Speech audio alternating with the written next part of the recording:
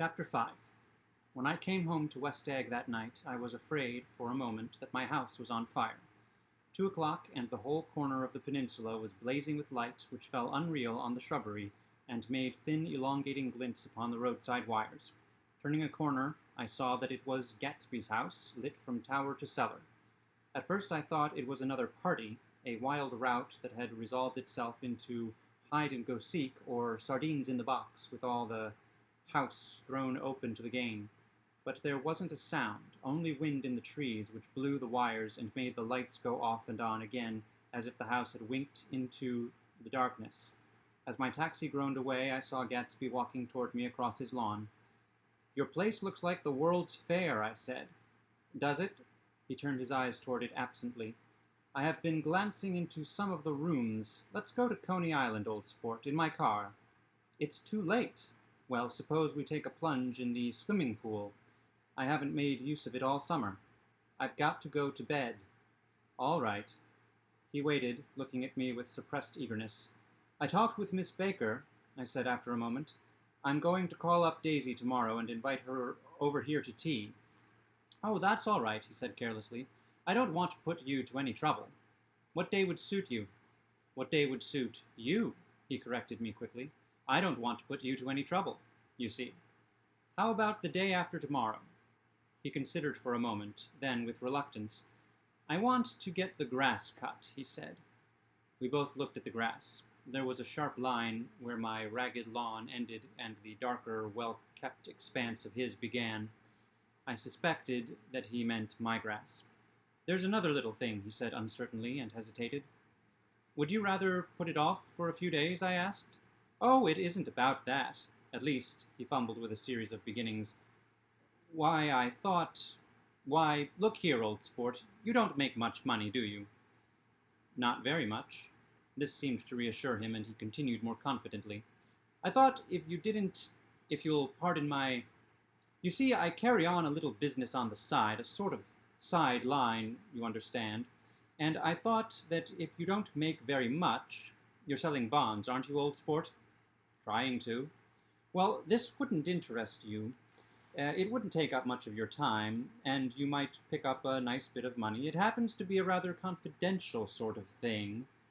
I realize now that under different circumstances that conversation might have been one of the crises of my life, but because the offer was obviously and tactlessly for a service to be rendered, I had no choice except to cut him off right there.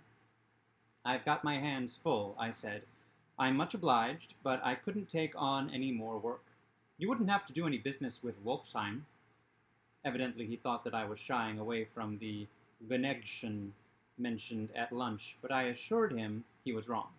He waited a moment longer, hoping I'd begin a conversation, but I was too absorbed to be responsive, so he went unwillingly home. The evening had made me light-headed and happy. I think I walked into a deep sleep as I entered my front door, so I don't know whether or not Gatsby went to Coney Island, or for how many hours he glanced into rooms while his house blazed gaudily on. I called up Daisy from the office next morning and invited her to come to tea. "Don't bring Tom," I warned her. "What?" "Don't bring Tom." "Who is Tom?" she asked innocently. The day agreed upon was pouring rain. At 11 o'clock, a man in a raincoat dragging a lawnmower tapped at my front door and said that Mr. Gatsby had sent him over to cut my grass. This reminded me that I had forgotten to tell my Finn to come back, so I drove into West Egg Village to search for her among soggy whitewashed alleys and to buy some cups and lemons and flowers. The flowers were unnecessary, for at 2 o'clock a greenhouse arrived from Gatsby's with innumerable receptacles to contain it. An hour later the front door opened nervously, and Gatsby, in a white flannel suit, silver shirt, and gold-colored tie, hurried in. He was pale, and there were dark signs of sleeplessness beneath his eyes. "Is everything all right?" he asked immediately. "The grass looks fine, if that's what you mean." "What grass?" he inquired blankly. "Oh, the grass in the yard." He looked out the window at it, but judging from his expression I don't believe he saw a thing. "Looks very good," he remarked vaguely. "One of the papers said they thought the rain would stop about 4. I think it was the Journal. Have you got everything you need in the shape of tea?" I looked I took him into the pantry, where he looked a little reproachfully at the Finn. Together we scrutinized the 12 lemon cakes from the delicatessen shop. Will they do? I asked. Of course, they're fine. And he added hollowly, old sport. The rain cooled about 3:30 to a damp mist, through which occasional thin drops swam like dew. Gatsby looked with vacant eyes through a copy of Clay's Economics, starting at the finish thread that shook the kitchen floor and peering toward the bleared windows from time to time as if a series of invisible but alarming happenings were taking place outside. Finally he got up and informed me in an uncertain voice that he was going home. Why's that? Nobody's coming to tea. It's too late. He looked at his watch as if there was some pressing demand on his time elsewhere. I can't wait all day. Don't be silly, it's just 2 minutes to 4. He sat down miserably as if I had pushed him, and simultaneously there was the sound of a motor turning into my lane. We both jumped up, and a little harrowed myself I went out into the yard. Under the dripping bare lilac trees, a large open car was coming up the drive. It stopped. Daisy's face, tipped sideways beneath a 3-cornered lavender hat, looked out at me with a bright, ecstatic smile. Is this absolutely where you live, my dearest one? The exhilarating ripple of her voice was a wild tonic in the rain. I had to follow the sound of it for a moment up and down, with my ear alone, before my words came through. A damp streak of hair lay like a dash of blue paint across her cheek, and her hand was wet with glistening drops as I took it to help her from the car. Are you in love with me? She said, low in my ear. Or why did I have to come alone? That's the secret of Castle Rack Rent. Tell your chauffeur to go far away and spend an hour. Come back in an hour, Ferdy. Then, in a grave murmur, his name is Ferdy. Does the gasoline affect his nose? I don't think so, she said innocently. Why? We went in. To my overwhelming surprise, the living room was deserted. Well, that's funny, I exclaimed. What's funny? She turned her head as there was a light, dignified knocking at the front door. I went out and opened it. Gatsby, pale as death, with his hands plunged like weights in his coat pockets, was standing in a puddle of water glaring tragically into my eyes. With his hands still in his coat pockets, he stalked by me into the hall, turned sharply as if he were on a wire, and disappeared into the living room. It wasn't a bit funny. Aware of the loud beating of my own heart, I pulled the door against the increasing rain. For half a minute there wasn't a sound. Then from the living room I heard a sort of choking murmur and part of a laugh, followed by Daisy's voice on a clear artificial note. I certainly am awfully glad to see you again. A pause. It endured horribly. I had nothing to do in the hall, so I went into the room. Gatsby, his hands still in his pockets, was reclining against the mantelpiece in a strained counterfeit of perfect ease, even of boredom. His head leaned back so far that it rested against the face of a defunct mantelpiece clock, and from this position his distraught eyes stared down at Daisy, who was sitting frightened but graceful on the edge of a stiff chair. We've met before, muttered Gatsby. His eyes glanced momentarily at me, and his lips parted with an abortive attempt at a laugh. Luckily, the clock took this moment to tilt dangerously at the pressure of his head, whereupon he turned and caught it with trembling fingers and set it back in place. Then he sat down rigidly, his elbow on the arm of the sofa and his chin in his hand. I'm sorry about the clock, he said. My own face had now assumed a deep tropical burn. I couldn't muster up a single commonplace out of the 1,000 in my head. It's an old clock, I told him idiotically. I think we all believed for a moment that it had smashed in pieces on the floor. We haven't met for many years, said Daisy, her voice as matter-of-fact as it could ever be. 5 years next November. The automatic quality of Gatsby's answer set us all back at least another minute. I had them both on their feet with the desperate suggestion that they help me make tea in the kitchen. When the demoniac Finn brought it in on a tray. Amid the welcome confusion of cups and cakes, a certain physical decency established itself. Gatsby got himself into a shadow, and while Daisy and I looked conscientiously from one to the other of us, with tense, unhappy eyes. However, as calmness wasn't an end in itself, I made an excuse at the first possible moment and got to my feet. "Where are you going?" demanded Gatsby, in immediate alarm. "I'll be back. I've got to speak to you about something before you go." He followed me wildly into the kitchen, closed the door, and whispered, "Oh, God," in a miserable way. "What's the matter?" "This is a terrible mistake," he said, shaking his head from side to side. "A terrible, terrible mistake. You're just embarrassed, that's all. And luckily," I added, "Daisy's embarrassed too." "She's embarrassed?" he repeated incredulously. "Just as much as you are?" Don't talk so loud. You're acting like a little boy," I broke out impatiently. "Not only that, but you're rude. Daisy's sitting in there all alone." He raised his hand to stop my words, looked at me with unforgettable reproach, and opening the door cautiously went back into the other room.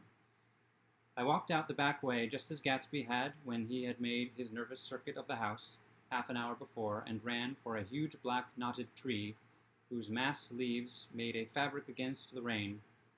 Once more it was pouring, and my irregular lawn, well shaved by Gatsby's gardener, abounded in small muddy swamps and prehistoric marshes.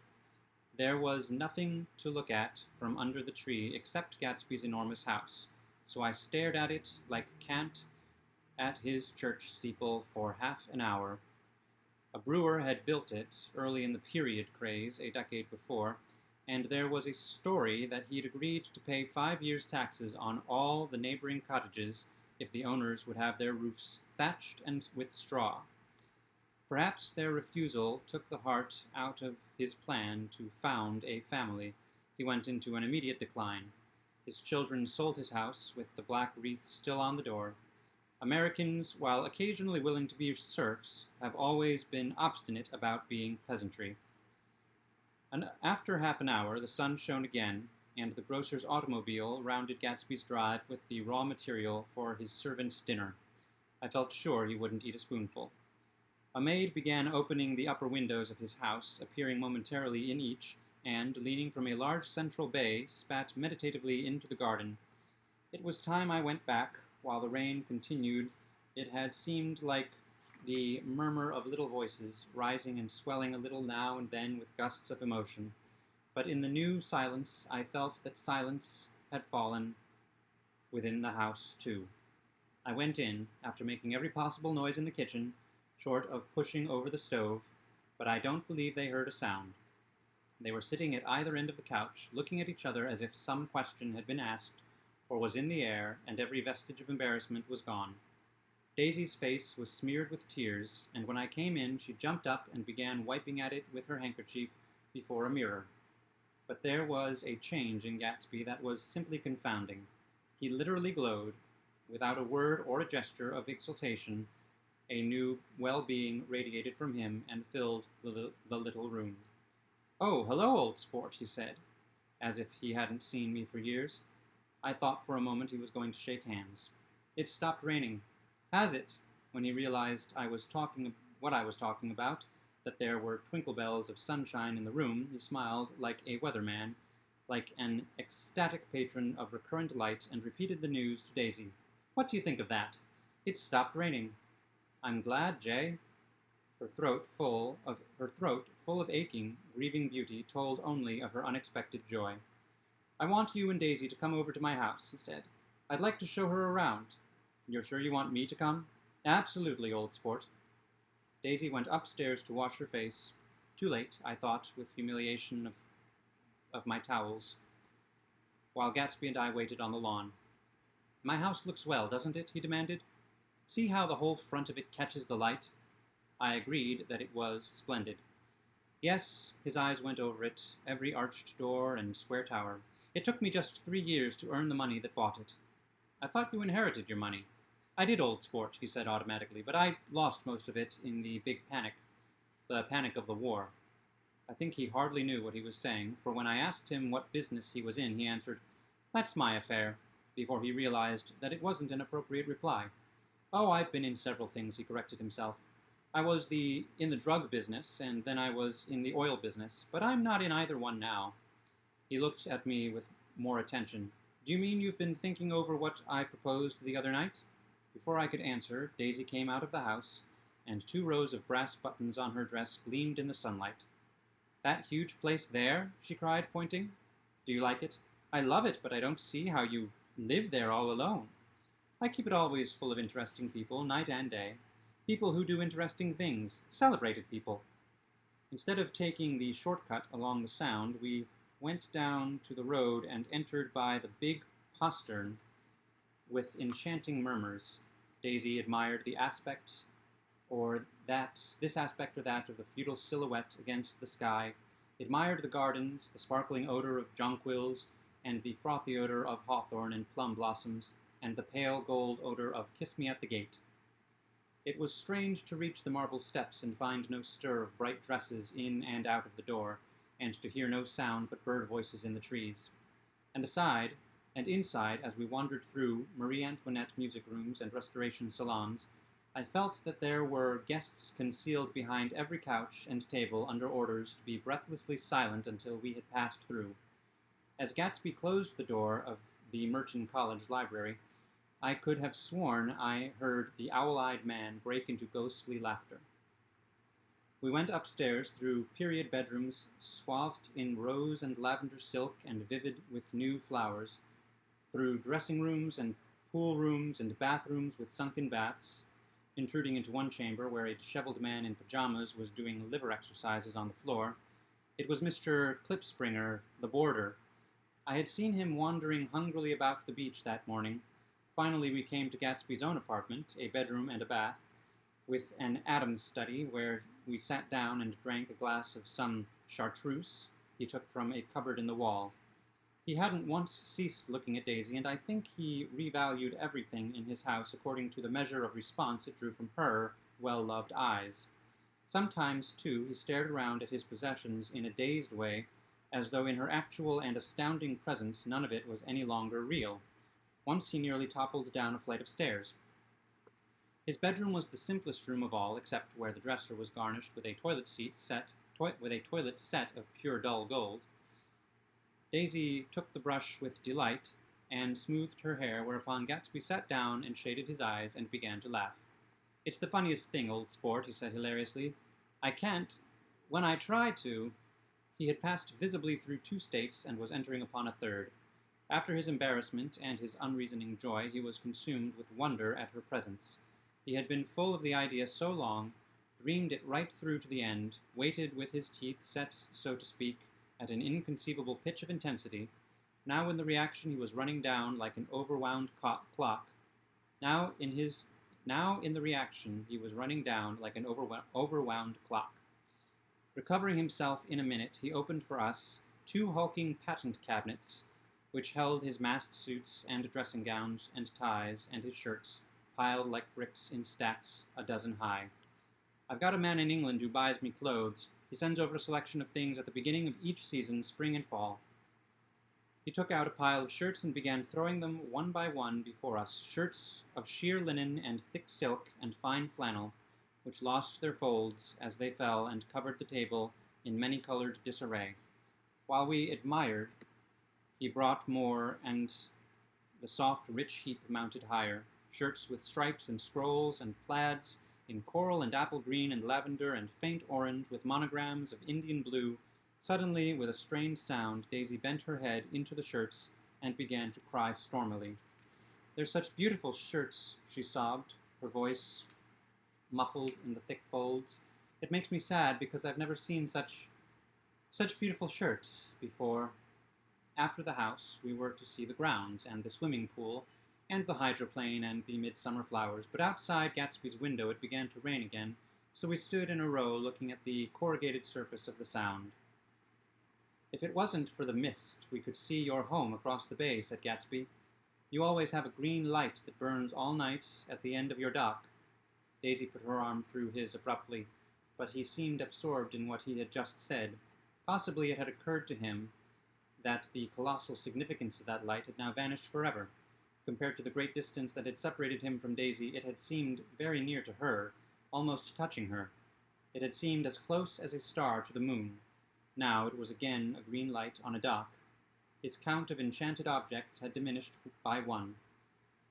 I began to walk about the room, examining various indefinite objects in the half-darkness. A large photograph of an elderly man in yachting costume attracted me, hung on the wall over his desk. "Who's this? That? That's Mr. Dan Cody, old sport." The name sounded faintly familiar. "He's dead now. He used to be my best friend years ago." There was a small picture of Gatsby, also in yachting costume, on the bureau. Gatsby with his head thrown back defiantly, taken apparently when he was about 18. "I adore it," exclaimed Daisy. "The pompadour. You never told me you had a pompadour or a yacht." "Look at this," said Gatsby quickly. "Here's a lot of clippings about you."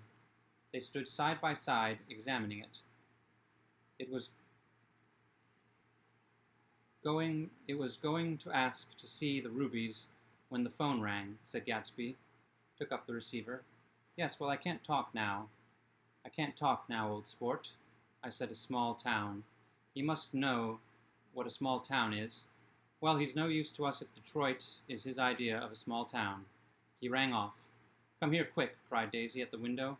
The rain was still falling, but the darkness had parted in the west, and there was a pink golden billow of foamy clouds above the sea. "Look at that," she whispered, and then, after a moment, "I'd like to just get one of those pink clouds and put you in it and push you around."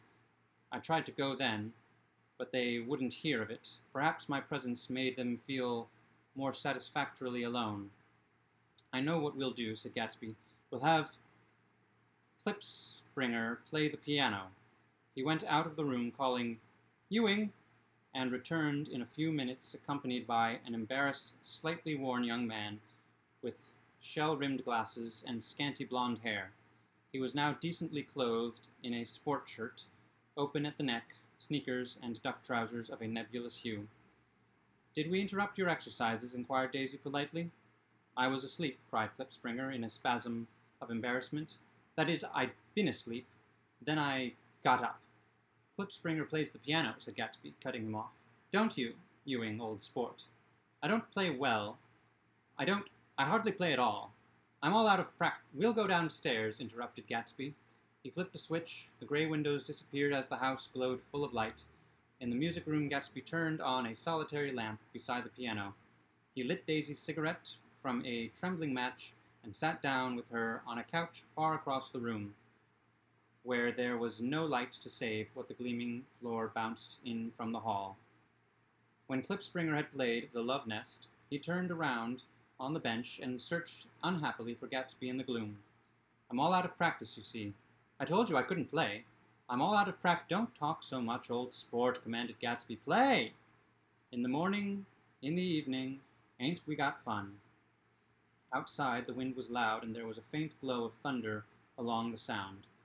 All the lights were going on in West Egg now. The electric trains, men carrying, were plunging home through the rain from New York. It was the hour of a profound human change, and excitement was generating on the air.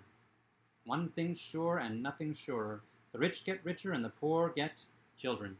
In between time, as I went over to say goodbye, I saw that the expression of bewilderment had come back into Gatsby's face, as though a faint doubt had occurred to him as to the quality of his present happiness. Almost 5 years.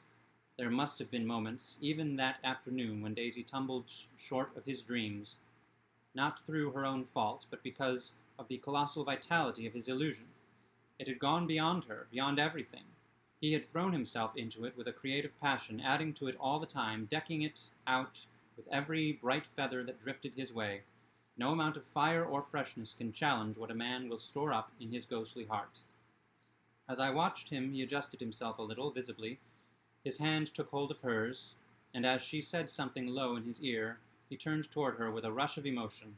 I think that voice held him most, with its fluctuating, feverish warmth, because it couldn't be overdreamed. That voice was a deathless song. They had forgotten me, but Daisy glanced up and held out her hand. Gatsby didn't know me now at all. I looked once more at them, and they looked back at me, remotely, possessed by intense life. Then I went out of the room and down the marble steps into the rain, leaving them there together.